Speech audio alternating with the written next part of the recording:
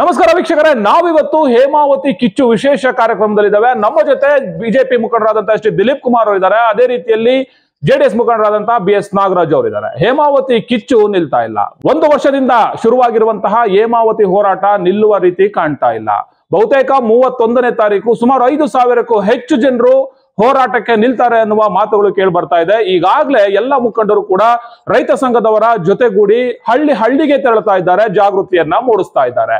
ಹಾಗಾಗಿ 31ನೇ ತಾರೀಕು ಏನಾಗುತ್ತೆ ಅನ್ನೋದ್ರ ಬಗ್ಗೆ ಸಾಕಷ್ಟು ಮಾಹಿತಿಯನ್ನು ಕೂಡ ನಾವು ಇವತ್ತು ಹಂಚಿಕೊಳ್ತಾ ಇದ್ದೇವೆ. ಹಾಗಾಗಿ ನಮ್ಮ ಜೊತೆ ಇರುವಂತಹ ಇಬ್ಬರು ನಾಯಕರುಗಳಿಗೆ ಚಾಲುಕ್ಯ ನ್ಯೂಸ್ ನ ಪರವಾಗಿ ಪ್ರೀತಿಪೂರ್ವಕ ಸ್ವಾಗತವನ್ನ ಕೋರ್ತಾ ಇದ್ದೀನಿ ಸರ್. ದಿಲೀಪ್ ಅವರು, ಎಲ್ಲ ಒಂದ್ ಕಡೆ ಇವತ್ತು 1 ವರ್ಷದಿಂದನೂ ಕೂಡ ಹೇಮಾವತಿ ಹೋರಾಟ ಆರಂಭ ಆಗ್ತಾ ಇದೆ. ಆದ್ರೆ ಸರ್ಕಾರ ನಿಮ್ಮ ಹೋರಾಟಕ್ಕೆ ಡೋಂಟ್ ಕೇರ್ ಅಂತ ಇದೆ. ಏನ್ ಅನ್ಸತ್ತೆ ಇದ್ರ ಬಗ್ಗೆ ಅಂತ? ನೋಡಿ, ಸರ್ಕಾರ ನಿಲುವಿಗಿನ್ನ ಇದು DK ಶಿವಕುಮಾರ್ ವೈಯಕ್ತಿಕವಾಗಿ ತಗೊಂಡು ವಾಮ ಮಾರ್ಗದಲ್ಲಿ ನೀರು ತಗೊಂಡು ಹೋಗೋ ಪ್ರಯತ್ನ ಮಾಡ್ತಾ ಇದ್ದಾರೆ. ಹಾಗಾಗಿ ಎಲ್ಲಾ ಸರ್ಕಾರದ ಅಧಿಕಾರಿಗಳಿರ್ಬೋದು ಮತ್ತೆ ಏನು ಅವ್ರ ಕೈಗೊಂಬೆ ಆಗಿದೆ. ವಾಮ ಮಾರ್ಗ ಹೋಗಿ ಇಲ್ಲಿಗಲ್ ಆಗಿ ಏನು ಎಕ್ಸ್ಪ್ರೆಸ್ ಕೆನಾಲ್ ಮಾಡ್ಕೊಂಡು ರಾಮನಗರಕ್ಕೆ ವಾಟರ್ ಅಲಾಕೇಶನ್ ಇಲ್ಲದೆ, ಟ್ರಿಬ್ಯುನಲ್ ಪರ್ಮಿಷನ್ ಇಲ್ಲದೆ 24 TMC ನೀರು ಅಲಾಕೇಟ್ ಆಗಿರೋದ್ರಲ್ಲಿ ಡೈವರ್ಟ್ ಮಾಡಿ ಫ್ಲಡ್ ಫ್ಲೋ ಮತ್ತೆ ಏನು ಸೇವಿಂಗ್ಸ್ ಅಲ್ಲಿ ತಗೊಂಡು ಹೋಗ್ತೀವಿ ಅಂತಲ್ಲ, ಒಂದು ಹನಿ ನೀರು ಕೂಡ ವಾಟರ್ ಅಲಾಕೇಶನ್ ಸಿಗಲ್ಲ. ನಮ್ಮ ಜಿಲ್ಲೆಯಲ್ಲಿ ಆಲ್ರೆಡಿ ಫ್ರೀಸ್ ಆಗಿದೆ, ಎಲ್ಲದಕ್ಕೂ ಅಲಾಕೇಶನ್ ಆಗಿ ಫ್ರೀಸ್ ಆಗಿದೆ. ಈ ಮಧ್ಯದಲ್ಲಿ ಅವರು ನಾವು ಫ್ಲಡ್ ಫ್ಲೋಲಿ ನಾವು ನೀರು ಎಕ್ಸಸ್ ಬಿಟ್ಕೊಂಡು ತಗೊಂಡು ಹೋಗ್ತೀವಿ ಅಂತಾರೆ. ಯಾವುದೇ ಕಾರಣಕ್ಕೂ ಫ್ಲಡ್ ಫ್ಲೋಲಿ ಎಕ್ಸಸ್ ಬಿಟ್ಕೊಳಕ್ ಆಗಲ್ಲ. ಜನವರಿ ಎಂಡ್ ಬಂದ್ರು ನಮ್ಮ ಜಿಲ್ಲೆಗೆ 24 TMC ಫುಲ್ ಕೆಪಾಸಿಟಿ 1,800-2,000 ಕ್ಯೂಸೆಕ್ಸ್ ಬಿಟ್ಟರೂ ಕೂಡ 24 TMC ರೀಚ್ ಆಗೋದು ಕಷ್ಟ ಆಗಿದೆ. ಇದರಲ್ಲಿ ಜನಗಳಿಗೆ ಕಣ್ಣಿಗೆ ಮಣ್ಣೆರ್ಚಿ DK ಶಿವಕುಮಾರ್ ಅವರು ತಮ್ಮ ಏನು ಅಧಿಕಾರ ಉಪಯೋಗಿಸ್ಕೊಂಡು ರೈತರಿಗೆ ಮೋಸ ಮಾಡಕ್ ಹೊರಟಿದ್ದಾರೆ. ನಮ್ಮ ಜಿಲ್ಲೆಗೆ, ನಮ್ಮ ಜಿಲ್ಲೆ ಇದು ಬಿಟ್ರೆ ಮಾರಣ ಹೋಮ ಆಗುತ್ತೆ, ಮತ್ತೆ ಕುಡಿಯೋಕ್ಕೂ ನೀರು ಸಿಗ್ದಂಗೆ ಆಗುತ್ತೆ. ನಮ್ಮ ರೈತರುಗಳ ತೋಟ, ಅಡಿಕೆ ತೋಟ ಎಲ್ಲ ಕಮರ್ಷಿಯಲ್ ಆಗಿದೆ. ತುಮಕೂರು ಜಿಲ್ಲೆ ಅಡಿಕೆ ತೋಟಗಳು ಜಾಸ್ತಿ ಇರೋದ್ರಿಂದ ಎಲ್ಲ ತೋಟಗಳು ಅಂತರ್ಜಲ ಕಮ್ಮಿಯಾಗಿ ತೋಟಗಳು ಒಣಗೋಗೋ ಪರಿಸ್ಥಿತಿ ಬರುತ್ತೆ, ರೈತರುಗಳು ಬೀದಿಗೆ ಬೀಳೋ ಪರಿಸ್ಥಿತಿ ಬರುತ್ತೆ. ಹಾಗಾಗಿ ಈ ಹೋರಾಟ ಅನ್ಕೊಳ್ಳಿ. BS ನಾಗರಾಜ್ ಅವರೇ, ತಾವು ಗುಬ್ಬಿಯಿಂದ ತುಮಕೂರವರೆಗೂ ಪಾದಯಾತ್ರೆ ಮಾಡ್ತೀರಿ, ಗೃಹ ಸಚಿವರ ಮನೆ ಮುತ್ತಿಗೆ ಹಾಕ್ತೀರಿ, ಜಿಲ್ಲಾ ಬಂಧನ ಮಾಡ್ತೀರಿ. ಇದ್ಯಾವುದು ಕೂಡ ಪ್ರತಿಫಲನ ಸಿಗ್ತಾ ಇಲ್ಲ ಗುಬ್ಬಿ ತಾಲೂಕಿನ ಜನರಿಗೆ. ತುಮಕೂರು ಜಿಲ್ಲೆಗೆ ಒಂದು ಮರಣ ಶಾಸನ ಅಂತ ನಾವು ಮಾತಾಡ್ತಾ ಇದೀವಿ. ಏನ್ ಅನ್ಸುತ್ತೆ ಇದ್ರ ಬಗ್ಗೆ? ನೋಡಿ, ಈ ಎಕ್ಸ್ಪ್ರೆಸ್ ಕೆನಲ್ ಶುರುವಾದಾಗಿಂದನೂ ನಮ್ಮ ಈ ಭಾಗದ ಅನೇಕ ರೈತ ಮುಖಂಡರಿರ್ಬೋದು, ಅನೇಕ ಪಕ್ಷಗಳ ಮುಖಂಡರಿರ್ಬೋದು, ಇಡೀ ಜಿಲ್ಲೆಯಾದ್ಯಂತ ನಾವೆಲ್ಲ ವಿರೋಧ ಮಾಡ್ಕೊಂಡು ಬರ್ತಾ ಇದ್ದೀವಿ. ಈ ಎಮ್ಮೆ ಚರ್ಮದ ಈ ಕಾಂಗ್ರೆಸ್ ಸರ್ಕಾರಕ್ಕೆ ಅದು ಗೊತ್ತಾಗ್ತಾ ಇಲ್ಲ. ಯಾಕೆ ಅಂತಂದ್ರೆ ಈ ಜಿಲ್ಲೆಗೆ ಹೇಮಾವತಿ ಬರ್ಲಿಕ್ಕೆ ಅನೇಕರ ಹೋರಾಟ ಇದೆ, ಇತಿಹಾಸ ಇದೆ. ಎಷ್ಟು ಕಷ್ಟದಿಂದ ಇಲ್ಲಿ ತಗೊಂಡ್ಬಂದಿದ್ದಾರೆ ಅನ್ನೋದು ಗೊತ್ತೇ ಇದೆ. ಅದರಲ್ಲೂ ಯಥೇಚ್ಛವಾಗಿ ಜಾಸ್ತಿ ಡ್ಯಾಮೇಜ್ ಆಗ್ತಾ ಇರೋದು, ನಮ್ಗೆ ತೊಂದರೆ ಆಗ್ತಾ ಇರೋದು ನಮ್ಮ ಗುಬ್ಬಿ ತಾಲೂಕಿಗೆ. ಇಡೀ ಜಿಲ್ಲೆ ಹೋಲಿಸ್ಕೊಂಡ್ರೆ ಗುಬ್ಬಿ ತಾಲೂಕು ಇಲ್ಲಿ ಅಡಿಕೆ, ತೆಂಗು ಅವಲಂಬಿಸ್ಕೊಂಡಿದ್ದಾರೆ. ಆದ್ರೂ ಸಹ ನಾವೆಲ್ಲ ಹೋರಾಟ ಮಾಡಿದೀವಿ, ಪಾದಯಾತ್ರೆ ಮಾಡಿದೀವಿ. ಸರ್ಕಾರ ಅದಕ್ಕೆ ಕಿವಿ ಕಣ್ಣು ಏನು ಕಾಣಿಸ್ತಾ ಇಲ್ಲ. ಅದು ಏನೋ ಒಂದು ದರ್ಪದಲ್ಲಿ ಏನೋ ಒಂದು ಮಾಡ್ಬೋದು ಅನ್ನೋ ಒಂದು ಗುಂಗಿನಲ್ಲಿದೆ. ಅದರಲ್ಲೂ ನಮ್ಮ ಈ ಜಿಲ್ಲೆನಲ್ಲಿ ಏನು ಕಾಂಗ್ರೆಸ್ ಸರ್ಕಾರದಲ್ಲಿ ಗೆದ್ದಿರ್ತಕ್ಕಂಥ ಮಂತ್ರಿಗಳು ಇರ್ಬೋದು, ಶಾಸಕರು ಇರ್ಬೋದು, ಅವರು ಅದೇ ರೀತಿ ವರ್ತನೆ ಮಾಡ್ತಾ ಇದ್ದಾರೆ. ಯಾಕೆ ಅಂತಂದ್ರೆ ಈ ತಾಲೂಕಿನ, ಈ ಜಿಲ್ಲೆಯ ಋಣ ಅವ್ರಿಗಿದೆ, ತೀರಿಸ್ಬೇಕಾಗಿದೆ. ಯಾರೂ ಸಹ ಅದ್ರ ಬಗ್ಗೆ ಒಂದು ಚಕಾರ ಎತ್ತುತ್ತಾ ಇಲ್ಲ. ಈ ತಾಲೂಕಿನ ಶಾಸಕರು ಸನ್ಮಾನ್ಯ SR ಶ್ರೀನಿವಾಸ್ ಅವರು ಹೇಳ್ತಾರೆ, ನಂದು ವಿರೋಧ ಇದೆ ಅಂತ. ಏನು ವಿರೋಧ ಇದೆ? ಸುಮ್ಮನೆ ಬರೇ ಬಾತ್ನಲ್ಲಿ ಏನು ಬೂತನ್ ಬಾಯಿನಲ್ಲಿ ಭಗವದ್ಗೀತೆ ಅನ್ನೋ ರೀತಿನಲ್ಲಿ ಬರೇ ವಿರೋಧ ಇದ್ರಾಯ್ತಾ? ನಿಮ್ಗೆ ಯಾಕೆ ಈ ತಾಲೂಕಿನ ಋಣ ಇಲ್ವಾ? ಈ ಏಮೆ ನೀರನ್ನ ಕುಡಿದು ನೀವು ಬದುಕಿಲ್ವಾ? ಈ ಏಮೆ ನೀರಿನಲ್ಲಿ ಕುಡಿದು ಬದುಕದಂತ ಜನಗಳು ನಿಮ್ಗೆ ಓಟ್ ಹಾಕಿಲ್ವಾ? ಮುಂದಿನ ದಿನಗಳಲ್ಲಿ ಅದಕ್ಕೆ ತಕ್ಕ ಪ್ರತಿಫಲ ಉಣ್ಬೇಕಾಗುತ್ತೆ. ಅದು ಕಾದ್ ನೋಡಿ.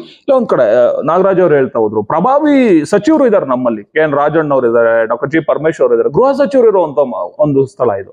ಯಾಕೆ ನೀವು ಅವರನ್ನ ಮನವೊಲಿಸುವಂತ ಕೆಲಸವನ್ನು ಮಾಡ್ತಾ ಇಲ್ಲ ಅಂತ?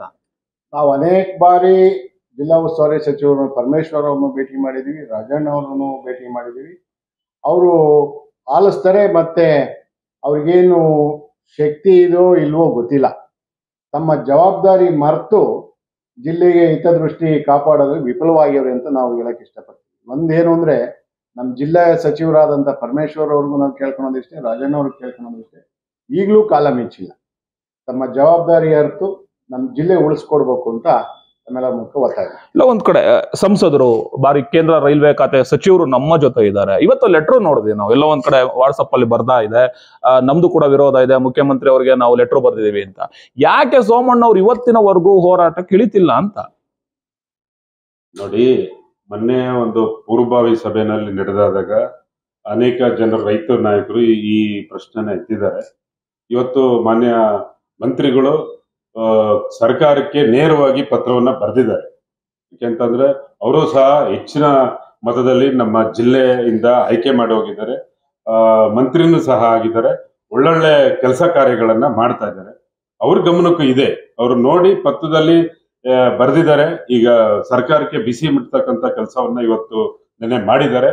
ಮುಂದಿನ ದಿನಗಳಲ್ಲಿ ಖಂಡಿತ ಇವರು ಏನು ದೌರ್ಜನ್ಯನ ಏನಿವತ್ತು 144 ಏನು ಹಾಕಿದ್ದೀನಿ ಅಂತ ಏನು ಒಂದು ಪತ್ರಿಕೆ ನಿಮ್ಮ ಮಾಧ್ಯಮದಲ್ಲೇ ನಾನು ನೋಡಿದೆ, ಅದನ್ನೆಲ್ಲ ನೋಡ್ತಾ ಇದ್ದಾರೆ ಸೂಕ್ಷ್ಮವಾಗಿ.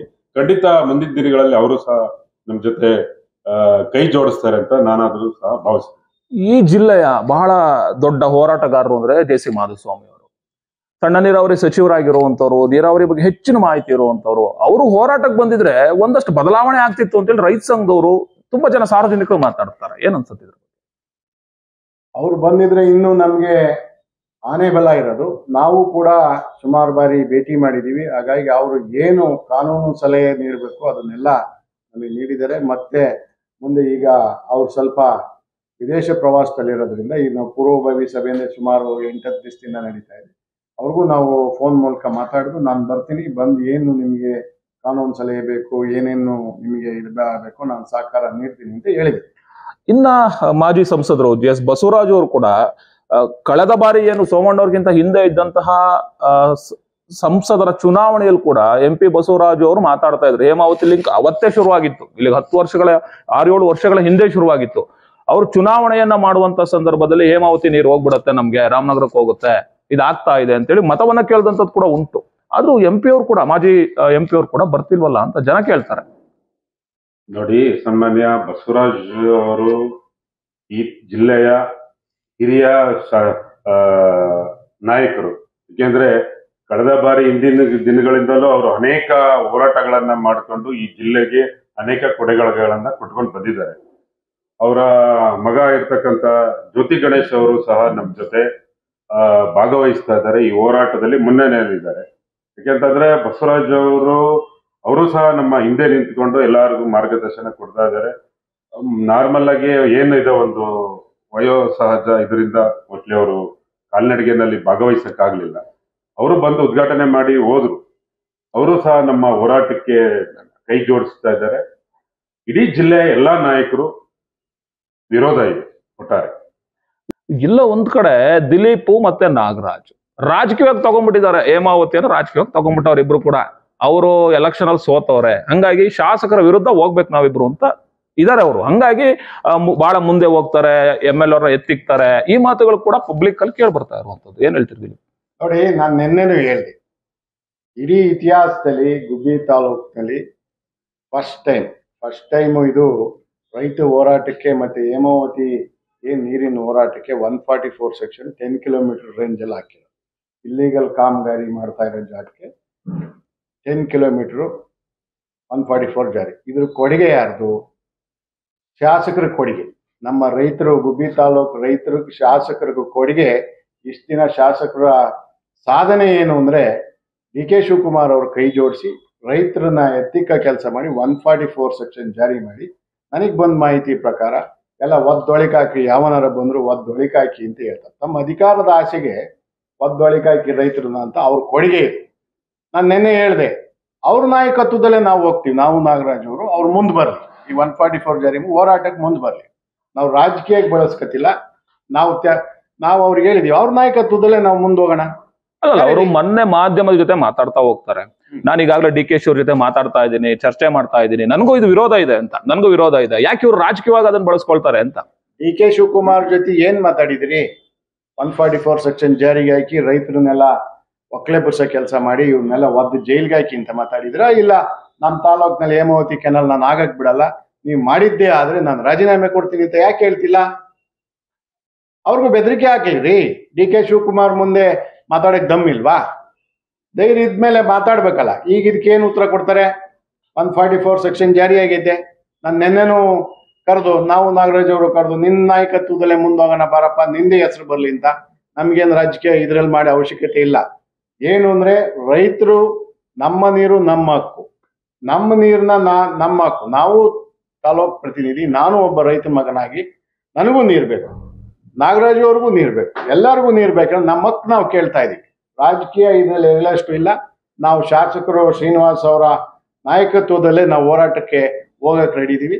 ಅವ್ರು ಬರ್ತಾರೆ, ಕೇಳಿ ನಾಳೆ. ನಾಗರಾಜ್ ಅವ್ರು ಏನ್ ಹೇಳ್ತೀರಾ ಇದ್ರ ಬಗ್ಗೆ? ನೀವೇನಾದ್ರು ರಾಜಕೀಯ ಮಾಡಕ್ ಹೊರಟಿದ್ರ ಏನ್ ಕಥೆ? ದಿಲೀಪ್ ಅವ್ರು ನಾನು ಮಾಡಲ್ಲ ಅಂತವ್ರು, ನೀವೇನ್ ಹೇಳ್ತೀರಿ? ನೋಡಿ, ರಾಜಕಾರಣ ಮಾಡ್ತೀವಿ, ಖಂಡಿತ ಮಾಡಿದೀವಿ. 2023ಕ್ಕೆ ಮುಗಿದೋಯ್ತು ರಾಜಕಾರಣ. ಹುಟ್ಟದಾಗಿಂದ ಸಾಯೋವರೆಗೂ ಬರೀ ರಾಜಕಾರಣನೂ ಅಲ್ಲ. ನಾವು ಒಬ್ಬ ರೈತನ ಮಗ, ನಮ್ದು ಅಡಿಕೆ ಗಿಡ ಇದೆ, ತೆಂಗಿನ ಗಿಡ ಇದೆ. ಇಡೀ ನಮ್ಮ ತಾಲೂಕು ರೈತ ಪರವಾಗಿರ್ತಕ್ಕಂಥ ಜಿಲ್ಲೆ ಈ ತಾಲೂಕು. ಆಯ್ತಪ್ಪ, ಈಗ ನಾವ್ ಯಾರು, ದಿಲೀಪ್ ಆಗಿರ್ಬೋದು, ನಾವಾಗಿರ್ಬೋದು, ರೈತರ ಸಂಘದವರು ಯಾರು ಚಕಾರ ಎತ್ತದಿಲ್ಲ. ಕೆನಲ್ ಮಾಡ್ಕೊಂಡು ಹೊಂಟೋಗ್ಬಿಡ್ಲಿ. ರಾಜಕಾರಣ ಬಂದಾಗ ನಾವು ಬಾಯ್ ಬಡ್ಕೊಂಡ್ರೆ ಅದನ್ನ ಕೆನಲ್ ನಿಲ್ಸಕ್ಕಾಗುತ್ತಾ? ದೊಣ್ಣೆ ಕೊಟ್ಟು ತಲೆ ಬಗ್ಸಿ ಕುತ್ಕೊಳಕ್ಕಾಗುತ್ತಾ? ಅದೆಲ್ಲ ಸುಮ್ಮನೆ ಅವ್ರದ್ದೇನೋ ಒಂದು ತೇವಲಿಗೆ ಹೇಳ್ಕೊಬೇಕು ರಾಜಕಾರಣ ಮಾಡ್ಲಿಕ್ಕೆ ಅಂತ. ನೀವು 25 ವರ್ಷ ರಾಜಕಾರಣ ಮಾಡಿದ್ದೀರಲ್ಲ, ರಾಜಕಾರಣನೇ ಮಾಡ್ಕೊಂಡ್ ಬಂದಿದ್ದೀರಾ. ಆಯ್ತು, ನಾವು ಬರೋದೇ ಇಲ್ಲ. ನಾವು ಬಂದ್ರೆ ರಾಜಕಾರಣ ಅಲ್ವಾ? ಬಾಪ್ಪ, ನಿಲ್ಸ ಬನ್ನಿ. ನೀವು ಸರ್ಕಾರದಲ್ಲಿದೆಯಾ? ಪ್ರಭಾವಿ ನಾಯಕರು ಈ ಜಿಲ್ಲೆಗೆ ಕಾಂಗ್ರೆಸ್ ಇಂದ. ಎಲ್ಲ ಒಂದ್ ಕಡೆ ನೀವು ದೊಡ್ಡ ಇದು ಅಂತ ಹೇಳ್ಬಿಟ್ಟು ಕುಮಾರಣ್ಣವ್ರ ಬಗ್ಗೆ ಮಾತಾಡ್ತೀಯ, ದೊಡ್ಡ ದೊಡ್ಡ ರಾಜಕಾರಣಿಗಳ ಬಗ್ಗೆ ಮಾತಾಡ್ತೀಯ. ನಾವೇನು ಇಡೀ ಇವತ್ತೇನೆ ನಿಮ್ಮ ಮೀಡಿಯಾ ಮುಂದೆನೆ ಇಲ್ಲಿಂದನೇ ನಾನು ಕರೆ ಕೊಡ್ತೀನಿ ಸನ್ಮಾನ್ಯ ಶ್ರೀನಿವಾಸ್ ಅವ್ರಿಗೆ. ನಾವು ಬರೋದಿಲ್ಲ. ನಾಳೆಯಿಂದ ಈ ಕೆನಲ್ ನಿಲ್ಲಿಸ್ಬಿಡ್ಲಿ. ರಾಜಕಾರಣಕ್ಕೂ ಬರಲ್ಲ, ಈ ತಾಲೂಕಿಗೆ ತಲೆನೂ ಹಾಕಿ ಮನಗಲ್ಲ. ನಿಲ್ಸ ತಾಕತ್ತಿದ್ಯಾ? ನಮ್ಮ ತಾಲೂಕಿನ ತುತ್ತಿನ ಚೀಲನ ಏನು ತುಂಬಿಸ್ತಾ ಇರ್ತಕ್ಕಂಥ ಹೇಮಾವತಿನ ನಿಲ್ಸಕ್ಕೆ ತಾಕತ್ತಿದ್ಯಾ? ಬರ್ಲಿ. ನಾನು ಇವತ್ತೇ ನಾನು ಹೇಳ್ತೀನಿ, ಈ ತಾಲೂಕಿಗೆ ತಲೆ ಹಾಕೋ ಮನಗೋದಿಲ್ಲ. ಎಕ್ಸ್ಪ್ರೆಸ್ ಕೆನಲ್ ನಿಲ್ಸು ಅಂತ. ಓಕೆ ವೀಕ್ಷಕರೇ, ಬಹುತೇಕ ಇಬ್ರು ಕೂಡ ನಾವು ರಾಜಕೀಯ ಮಾಡಲ್ಲ, ರೈತರಿಗೋಸ್ಕರ ಹೋರಾಟ ಮಾಡ್ತೀವಿ ಅಂತ ಹೇಳ್ತಾರೆ. 31ನೇ ತಾರೀಕು ಬಹಳ ದೊಡ್ಡ ಮಟ್ಟದ ಹೋರಾಟ ನಡೀತಾ ಇದೆ. ದಿಲೀಪ್ ಅವರೇ, ಏನೆಲ್ಲ ನೀವು ಸಿದ್ಧತೆಗಳನ್ನು ಮಾಡ್ಕೊಂಡಿದ್ದೀರಿ ಅಂತ ಈ ಹೋರಾಟಕ್ಕೆ? ಈ ಹೋರಾಟಕ್ಕೆ ತೀವ್ರವಾಗಿ ನಾವು ಪ್ರತಿ ಬೂತ್ ಮನೆ ಭೇಟಿ ಮಾಡ್ತಾ ಇದ್ದೀವಿ.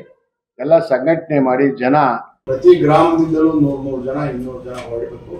ಸುಮಾರು 10 ರಿಂದ 15 ಸಾವಿರ ಜನ ಮೇಲೆ ಅಸೆಂಬಲ್ ಆಗ್ಬೇಕು ಅಂತ ಮಾಡ್ತಾ ಇದ್ದೀವಿ. ಇದನ್ನ ಕಂಡು 144 ಸೆಕ್ಷನ್ ಜಾರಿ ಮಾಡಿದೆ ಸರ್ಕಾರದ. 144 ಸೆಕ್ಷನ್ 144 ಅಂದ್ರೆ 844 ಮಾಡಿ. ಅದಕ್ಕೆ ನಾವು ಕೇರ್ ಮಾಡಲ್ಲ.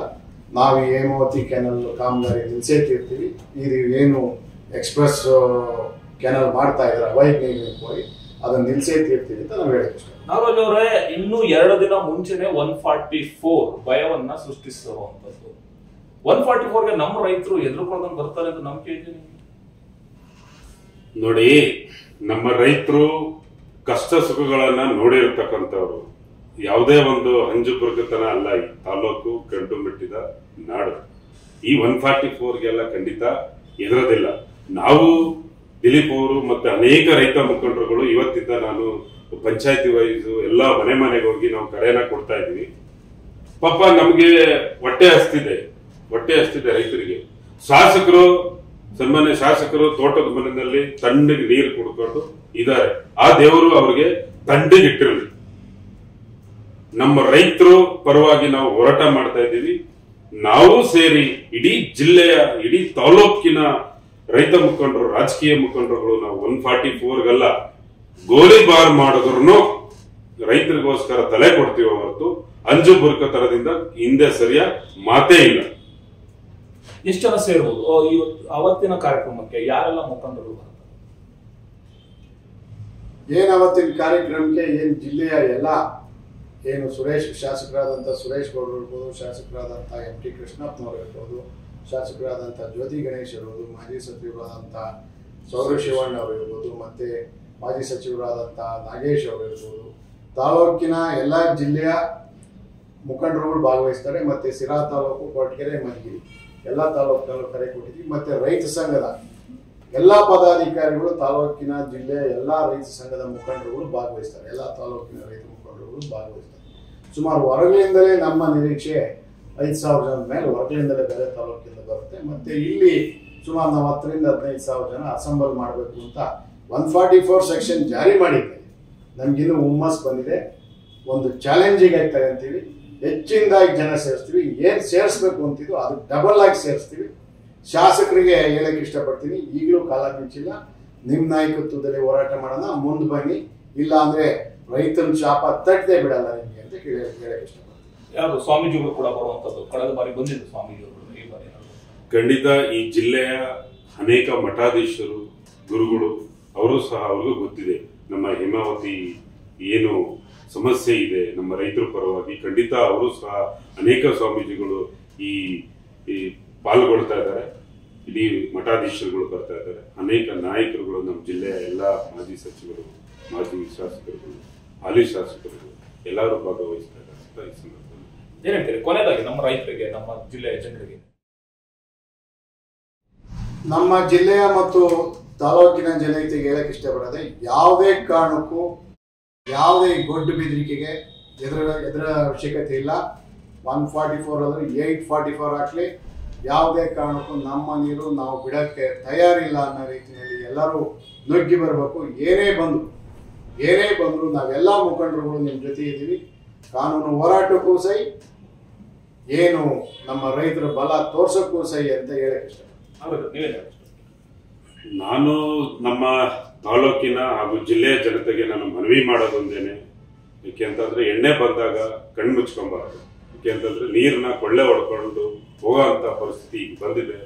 ದಯಮಾಡಿ ಈಗೇನಾದ್ರೂ ನಾನು ಕೈ ಜೋಡಿಸಿ ಮನವಿ ಮಾಡೋದೇನು ಅಂದ್ರೆ, ಯಾವುದೇ ರಾಜಕೀಯ ಎಲ್ಲ ಬಿಟ್ಟು ನಮ್ಮ ನೀರನ್ನ ಉಳಿಸ್ಕೊಳ್ಳೋಣ. ಏನಾದ್ರೂ ನಾವು ಈ ಸಂದರ್ಭದಲ್ಲಿ ಯಾಮಾರಿದ್ದೇ ಆದ್ರೆ ನಾವು ಸುಡು ಬಿಸಿಲಲ್ಲಿ ಏನು ಹಳ್ಳಿ ಭಾಷೆನಲ್ಲಿ ಹೇಳ್ಬೇಕು ಅಂತಂದ್ರೆ ಉಡುಮಣ್ಣನ್ನ ನಾವು ತಲೆ ಮೇಲೆ ಹಾಕೊಂಡಂಗೆ ನಮ್ಮ ಕಾಲ ಮೇಲೆ ನಾವೇ ಕಲ್ಲ ಹಾಕೋಣ ಪರಿಸ್ಥಿತಿನ ಮಾಡಿಕೊಡ್ಬೇಡಿ. ಯಾವುದೇ ರಾಜಕಾರಣ ಬದಿಗೊತ್ತಿ, ಯಾವುದೇ ದೊಡ್ಡ ಬೆದರಿಕೆಗೆ ನೀವು ಬದಿಗೊತ್ತಿ ದಯಮಾಡಿ ತಾವೆಲ್ಲ ಹೆಚ್ಚಿನ ಸಂಖ್ಯೆಯಲ್ಲಿ ನಮ್ಮ ರೈತರ ಮಕ್ಕಳು ಬಂದು ಸಹಕಾರ ಮಾಡಬೇಕು. ನಾವು ನಮ್ಮ ಜಿಲ್ಲೆಯ ಅನೇಕ ನಾಯಕರು ನಿಮ್ಮ ಜೊತೆ ನಾವಿರ್ತೀವಿ. ಯಾವುದೇ ಕಾರಣಕ್ಕೂ ಪಲಾಯನ ಮಾಡೋ ಅಂತ ಯಾವುದೇ ಒಂದು ಇದಿರೋದಿಲ್ಲ. ದಯಮಾಡಿ ಹೆಚ್ಚಿನ ಸಂಖ್ಯೆಯಲ್ಲಿ ಬಂದು ನಮ್ಮ ನೀರು ನಮ್ಮ ಹಕ್ಕು ಅಂತ ಹೋರಾಟನ ನಾವು ಸ್ಲೋಗನ್ ಮುಖಾಂತರ ನಾವು ಹೋರಾಟವನ್ನ ಮಾಡೋಣ ಬನ್ನಿ ಅಂತ ಈ ಸಂದರ್ಭದಲ್ಲಿ ನಮ್ಮ ರೈತ ಮುಖಂಡರುಗಳಿಗೆ, ರೈತ ನಾಯಕರಿಗೆ ನಾನು ಕರೆ ಕೊಡ್ತಾ ಇದ್ದೀನಿ.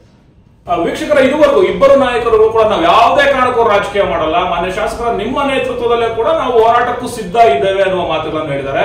ಇದೇ ಮೇ 31 10 ಗಂಟೆಗೆ ಸುಂಕಾಪುರದ ಬಳಿ ದೊಡ್ಡ ಮಟ್ಟದ ಹೋರಾಟವನ್ನ ರೈತ ಸಂಘ, ಹಲವು ಸಂಘಟನೆಗಳು ಎಲ್ಲರೂ ಕೂಡ ಸೇರಿ ಮಾಡ್ತಾ ಇದ್ದಾರೆ. ನೀವು ಕೂಡ ಬರಬೇಕು. ಗುಬ್ಬಿ ತಾಲೂಕಿಂದ ಹಿಡಿದು ಇಡೀ ತುಮಕೂರು ಜಿಲ್ಲೆಗೆ ಮರಣ ಶಾಸನವಾಗಿರುವಂತಹ ಹೇಮಾವತಿ ನೀರನ್ನ ಉಳಿಸಬೇಕು ಅಂತಂದ್ರೆ ಎಲ್ಲರೂ ಕೂಡ ಕೈ ಜೋಡಿಸುವಂತ ಅನಿವಾರ್ಯತೆ ಇದೆ ಅಂತ ಹೇಳ್ತಾ ಈ ಒಂದು ಕಾರ್ಯಕ್ರಮಕ್ಕೆ ಬಂದು ತಮ್ಮ ಮನದಾಳದ ಮಾತುಗಳನ್ನ, ಹೇಮಾವತಿ ಕಿಚ್ಚಿನ ವಿಚಾರವನ್ನ ಮಾತನಾಡುತ್ತಾ ಇಬ್ಬರು ನಾಯಕರುಗಳಿಗೂ ಕೂಡ ತುಂಬ ಹೃದಯದ ಧನ್ಯವಾದಗಳನ್ನ ಅರ್ಪಿಸ್ತಾರೆ. Thank you.